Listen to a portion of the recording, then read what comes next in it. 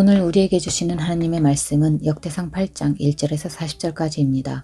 베냐민이 낳은 자는 맏아들 벨라와 둘째 아스벨과 셋째 아하라와 넷째 노하와 다섯째 라바이며 벨라에게 아들들이 있으니 곧 앗달과 게라와 아비웃과 아비수아와 나아만과 아호아와 게라와 스부반과 후람이라. 에웃의 아들들은 이러하니라. 그들은 게바 주민의 우두머리로서 사로잡혀 마나앗으로 갔으니 곧 나아만과 아히야와 게라이며 게라는 또 우사와 아이웃을 낳았으며 사하라임은 두 아내 후심과 바하라를 내보낸 후에 모압 땅에서 자녀를 낳았으니 그의 아내 호데스에게서 낳은 자는 요밥과 시비야와 메사와 말감과 여호수와 사가와 미르마이니 이 아들들은 우두머리이며 또 그의 아내 후심에게서 아비둡과 엘바알을 낳았으며 엘바알의 아들들은 에벨과 미삼과 세메시니 그는 오노와 롯과 그 주변 마을들을 세웠고 또 부리아와 세마이니 그들은 아얄론 주민의 우두머리가 되어 그들이 가드 주민을 쫓아냈더라. 아이오와 사삭과 여레못과 스바데와 아랏과 에델과 미가엘과 이스바와 유하는 다 부리아의 아들들이요. 스바데와 무슬람과 히스기와 헤벨과 이스무레와 이슬리아와 요밥은 다 엘바알의 아들들이요. 야김과 시그리와 삽디와 엘리에네와 실르데와 엘리엘과 아다야와 브라야와 시므랏은 다 시므이의 아들들이요.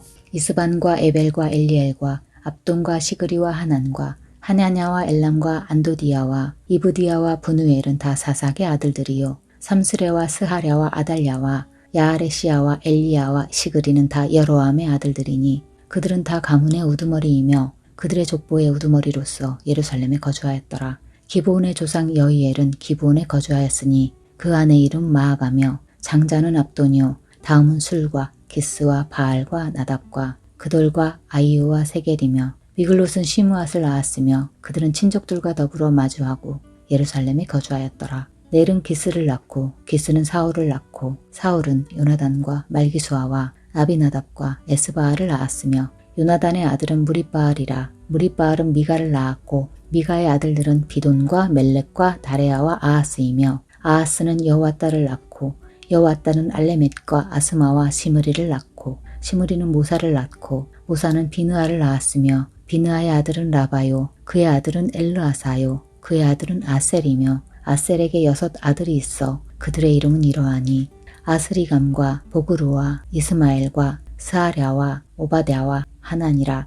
아셀의 모든 아들이 이러하며 그의 아우 에색의 아들은 이러하니 그의 맏아들은 울람이요 둘째는 여우수요 셋째는 엘리벨렛이며 울람의 아들은 다 용감한 장사요 활을 잘 쏘는 자라. 아들과 손자가 많아 모두 150명이 넘었더라. 베냐민의 자손들은 이러하였더라. 아멘.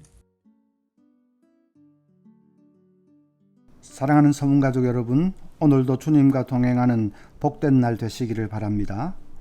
역대상 1장에서 8장까지의 족보에 대해 우리는 이런 복잡한 족보가 왜 필요한가 하는 의문을 가질 수 있습니다.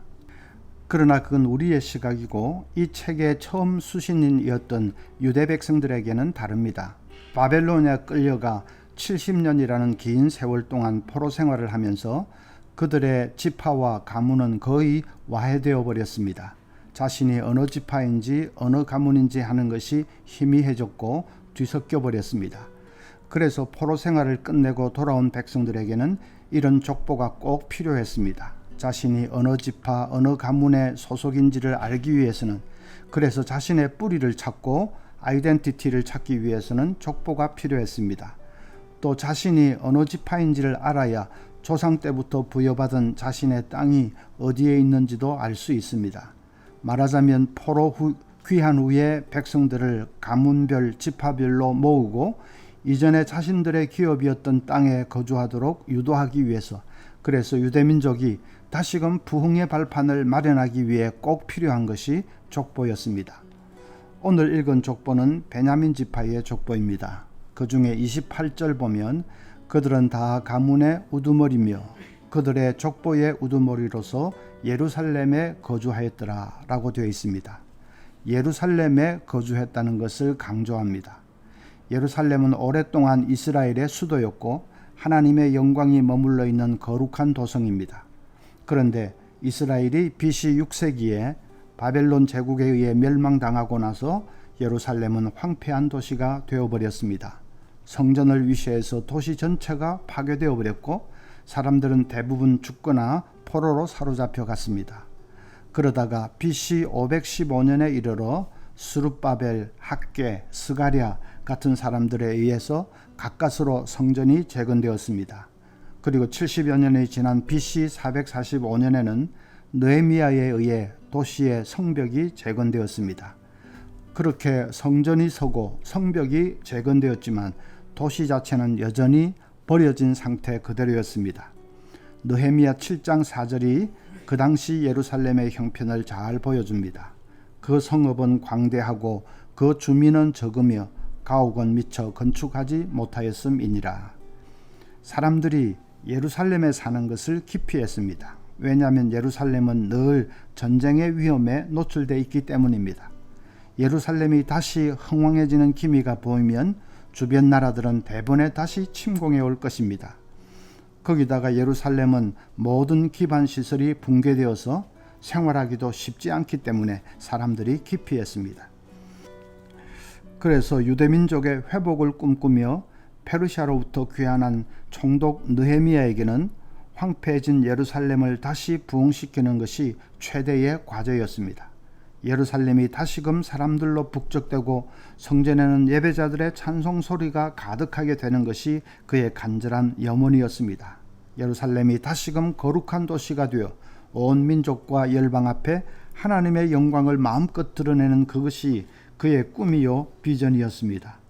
그래서 느헤미야 11장을 보면 느헤미야가 사람들을 예루살렘으로 이주시키기 위해서 애를 쓰는 장면이 나옵니다.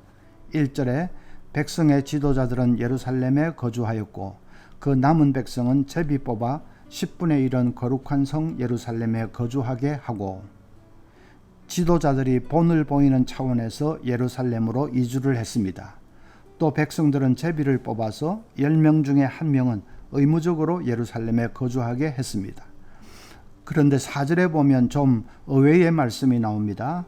예루살렘에 거주한 자는 유다 자손과 베냐민 자손 몇 명이라. 유다 자손과 베냐민 자손 중 얼마가 자원해서 예루살렘에 거주하겠다고 나선 것입니다.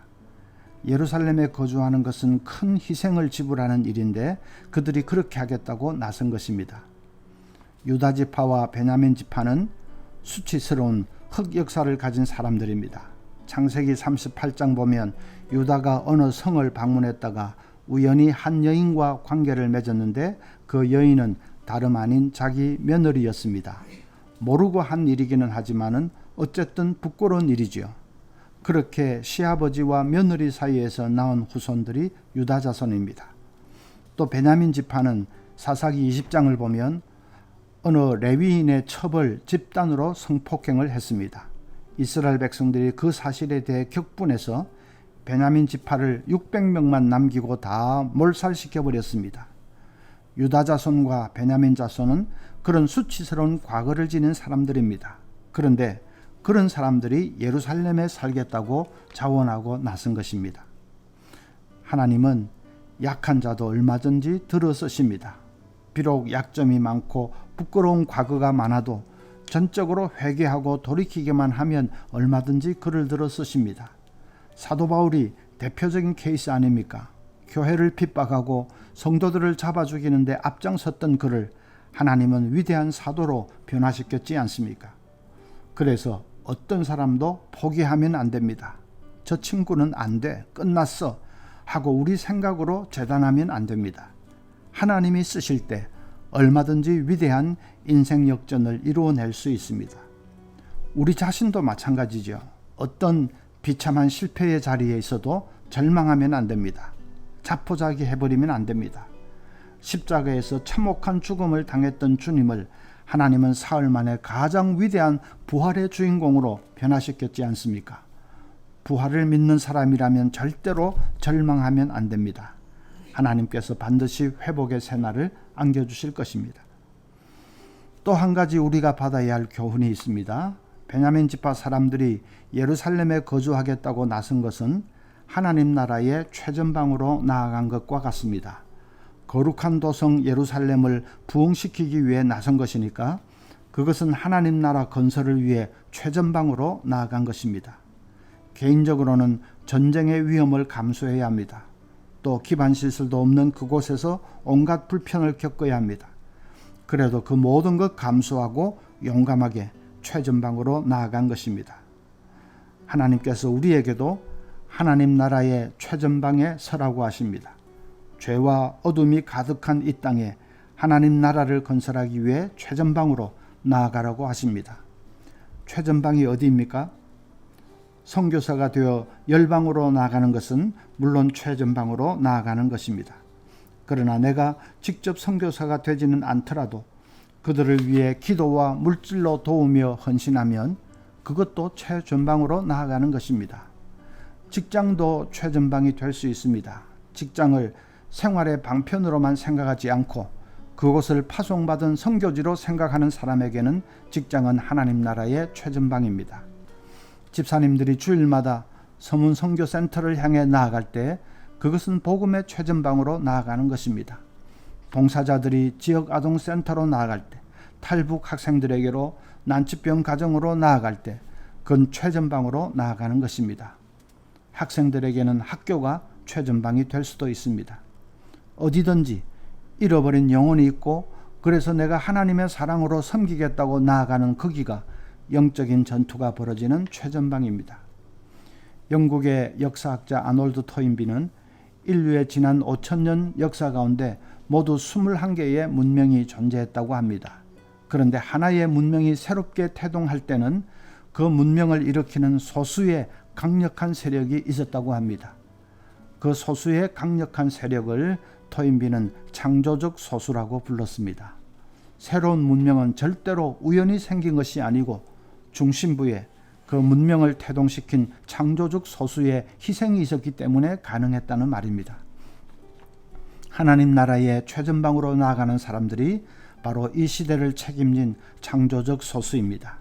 하나님이 그들을 통해 구원의 역사를 이루십니다. 최전방에 선다는 것이 쉽지는 않습니다. 희생이 따릅니다. 시간과 물질을 바쳐야 합니다. 때로는 손가락질도 받아야 하고 박해에 직면할 때도 있습니다. 그런 땀과 눈물을 먹으며 복음의 꽃은 피어납니다.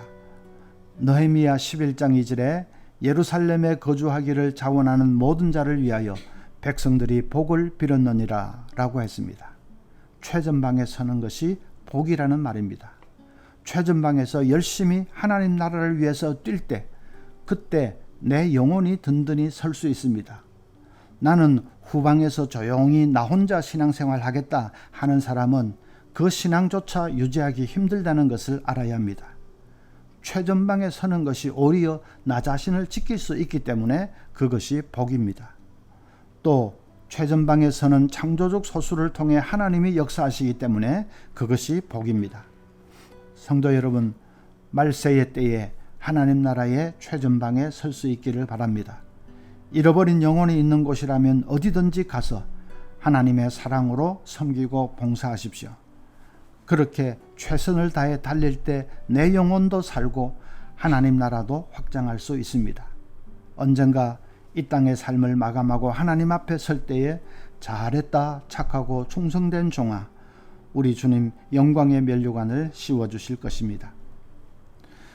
오늘 아침에 두 가지 기도할 제목, 우리 서문교회가 복음의 최전방에서 사랑으로 섬기는 교회, 하나님께 쓰임받는 교회 되게 해달라고 기도합시다. 방글라데시 단기 선교를 통해 그 땅에 복음을 심고 하나님 나라를 확장할 수 있도록 기도하겠습니다.